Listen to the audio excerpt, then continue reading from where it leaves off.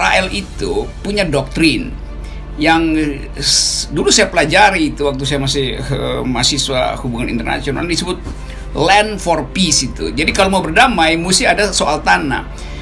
It is amazing how many people believe that Israeli-Arab peace talks have always been a failure. But this is simply not correct. It is true that Israelis and Palestinians have not solved their conflict, but Israel's willingness to compromise and give up land for peace has led to both Arab-Israeli peace deals and historic breakthroughs with the Palestinians.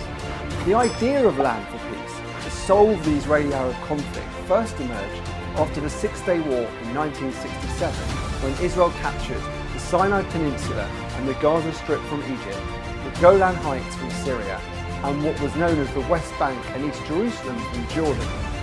Israel's victory transformed the Arab-Israeli conflict. Before and after Israel. Sehingga kalau orang tanya kok kenapa Menteri Pertahanan Israel itu kadang-kala satu menteri dengan Menteri Pertanahan, karena bagi Israel tanah itu adalah hidup mati itu. Karena itu Menteri Pertanahannya itu jauh lebih penting daripada Menteri Ekonomi atau Menteri Keuangan di Israel itu. Dan ini yang kemudian jadi soal, karena Israel justru hendak menghalangi orang Palestina untuk punya tanah juga tuh. Panel 9 hakim memilih untuk mencabut aturan tahun 2017 di mana pemukim dapat tetap di tanah mereka jika mereka membangun di sana tanpa sepengetahuan sebelumnya tentang kepemilikan Palestina atau jika rumah dibangun atas arahan negara. 8 hakim memberikan suara mendukung dan 1 menentang. Kelompok-kelompok hak asasi manusia mengatakan tindakan itu telah mengesahkan lebih dari 50 pos pemukim yang dibangun tanpa persetujuan pemerintah. Hakim Agung Esther Hayut dalam putusan panel itu mengatakan undang-undang tersebut secara tidak adil melanggar hak-hak properti penduduk Palestina sambil memberikan preferensi pada kepentingan hak milik pemukim Israel. Partai sayap kanan Likud, di mana Perdana Menteri Benjamin Netanyahu berasal, menyayangkan pengadilan telah campur tangan pada hukum penting untuk kegiatan penyelesaian dan masa depannya. Netanyahu menegaskan ia akan bekerja untuk menegakkannya kembali. Tetapi mitra koalisi baru Likud, Partai Biru dan Putih, menyatakan hukum dalam formatnya telah bertentangan dengan situasi konstitusional di Israel dan masalah hukumnya telah diketahui pada saat persetujuannya. Di bawah Netanyahu, pemerintah telah berjanji untuk memperluas kedaulatan permukiman Yahudi dan lembah Yordan di tepi barat, wilayah yang direbut Israel dalam Perang Timur Tengah 1967 dan yang orang Palestina anggap sebagai calon wilayah negaranya. Pemerintah akan mulai membahas pencaplokan de facto pada 1 Juli, tetapi tidak jelas apakah sekutu utama Israel, Amerika Serikat, akan memberikan langkah lampu hijau. Dan orang Palestina akhirnya terlantar, padahal orang Israel juga tadinya eksodus, dan kemudian karena Perang Dunia Kedua lalu dapat lagi tanah di situ, kemudian klaimnya makin besar. Tapi klaim itu bukan lagi klaim dasarnya agama, tapi klaim karena kekuasaan membesar. Nah, itu yang saya anggap bahwa Benjamin Netanyahu jadi tokoh yang kemudian kontroversial, bahkan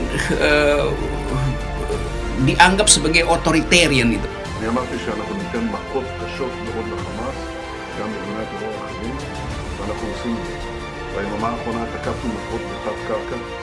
החמאס חשב שהוא יוכל להסתתר שם, הוא לא יכול להסתתר. הבכירים שלו חושבים שהם יכולים להימלט מנחת זרוענו, הם לא יכולים להימלט. אנחנו מגיעים אליהם בכל מקום ולכל האנשים הללו, ואנחנו נמשיך לעשות זה. הם תקפו אותנו ביום חגנו, הם תקפו את בירתנו, הם שיגרו טילים לערינו, הם משלמים וישלמו על כך מחיר כבד. זה עוד לא נגמר. אנחנו נעשה הכל כדי להשיב את הביטחון לערינו ולאזרחינו. ואני רוצה לומר גם מילת הערכה לידידי הנשיא ביידן וידידים אחרים, נשיא צרפת וראש ממשלת בריטניה וקנצלר אוסטריה וראש ממשלת גרמניה ואחרים, שעמדו על זכותנו הטבעית והמובנת מאליה להגן על עצמנו, לנהוג בהגנה עצמית מול הטרוריסטים הללו שגם תוקפים אזרחים וגם מתחבאים מאחורי אזרחים. זה לא יעזור להם, אנחנו נמשיך. Sebagai seorang yang otoriter, kemarin saya terangkan bahwa seorang intelektual Israel bahkan yang paham tentang sejarah Israel menganggap bahwa namanya Yuval Noah Harari, menganggap bahwa berlebihan kelakuan politik dari Benjamin Netanyahu itu. Dulu masih ada kesempatan orang mencari perdamaian ketika Yitzhak Rabin menjadi Perdana Menteri. Karena itu pada waktu itu ada upaya menyelesaikan soal Israel Palestina di Camp David, macam-macam gitu. Tapi perkembangan terakhir ada semacam upaya untuk memprovokasi soal konflik tanah di Israel itu dengan sinyal-sinyal agama. Nah, provokasi itu yang masuk ke Indonesia tuh. Padahal kita ingin agar supaya Israel tunduk pada hukum internasional, bahwa dia melakukan agresi itu jelas dia melakukan agresi itu.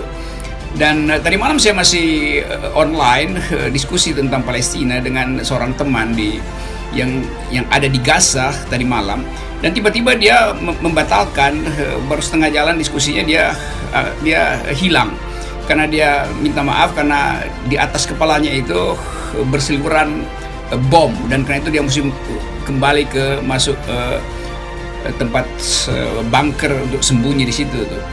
Dan dia terangkan bahwa Gaza itu seluas Jakarta dan ada ratusan, mungkin 160 F-16 ada di atas Gaza itu, F-16 Israel tuh. Ya, lalu kita tuh. Dan pejuang Palestina bahkan nggak mampu untuk tandingi itu. Lalu mereka bikin layang-layang yang diberi api sehingga menghalau F-16 dengan layang-layang. Jadi kita lihat bagaimana Israel memanfaatkan teknologi mutakhir melawan Palestina yang kewalahan, lalu pakai teknologi yang paling tradisional dan paling murah itu, yaitu layang-layang yang dibekali dengan api itu untuk menghalau jet-jet tempur Israel. Jadi kita lihat itu kekerasan di Israel itu harus kita lihat sebagai penghinaan terhadap humanity itu. Jadi ini bukan soal agama, tapi ini agresi yang dilakukan oleh sebuah negara yang merasa adikuasa kendati kecil karena di backup oleh negara-negara besar kan, termasuk beberapa negara Arab yang akhirnya harus berbaik-baik dengan Israel supaya dapat izin membeli senjata Amerika. Jadi di belakang konflik Palestina ada perdagangan senjata yang dasarnya adalah adu kapital, siapa yang punya uang dia bisa punya senjata.